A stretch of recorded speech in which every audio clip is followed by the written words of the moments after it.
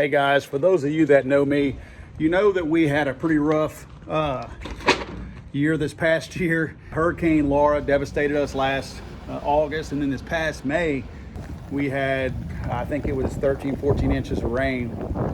Actually, my garage flooded. So I'm in the process of rebuilding. This is my new studio and shop. I moved a lot of my stuff into my garage, and of course, ammunition and whatnot. A lot of that went on the floor. Well, what happened was, when we got the May 17th flood, a lot of my ammunition was on the floor in my garage and got submerged in water. Now, most of it, as the flood waters were rising, I was able to elevate. Well, some of it was under benches and in cabinets and whatnot, and I didn't notice it. I didn't notice what I had in there. Actually, I had a guitar that the electronics in it got messed up. But anyway, I had this case of, it was a full 1,000 total ammo, 7.62 by 39. This was what was on top of this box right here. And again, guys, I apologize for the mess. I'm actually sorting through all my ammo to try to get some of it brought in here. This was the box right here. This box, the bottom layer got wet. The top layer is fine. This 500 right here is okay. The other 500, not so much. This is what I'm doing to it. And again, this is actually my AC units that are going to go in there. This is what I've got right now. I've spread all this stuff out and tried to take all the paper out. And there's some pretty good little corroded pieces in here. Some that are pretty rough that I don't think I'm going to try to run.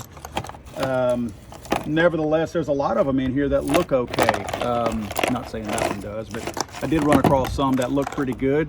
Not so bad. Probably towards the top. But this has been since May, and this is all still rusted and looking pretty rough. So what I'm going to do is I'm going to keep this like it is on that tray, that lid. Let it dry out today. I'm sure it's going to dry out pretty good. Then I'm going to coat it with a bio type lubricant. Probably use my Dirty Bore lubricant.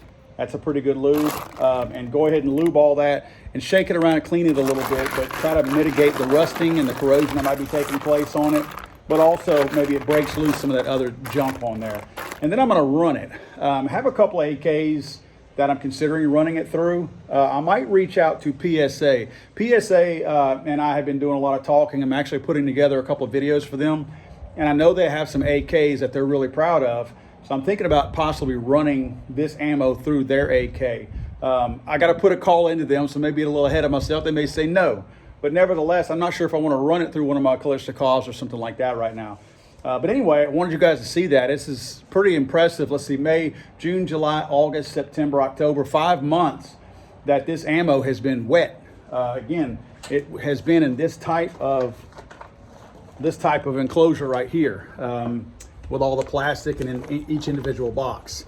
So, you know, by getting it out of there, now I'm at least allowing it to dry out. That's been totally submerged. I would be more than willing to bet that I've got some rounds in there that simply aren't going to fire. But yeah, stay tuned for that video. Let's go, Brandon.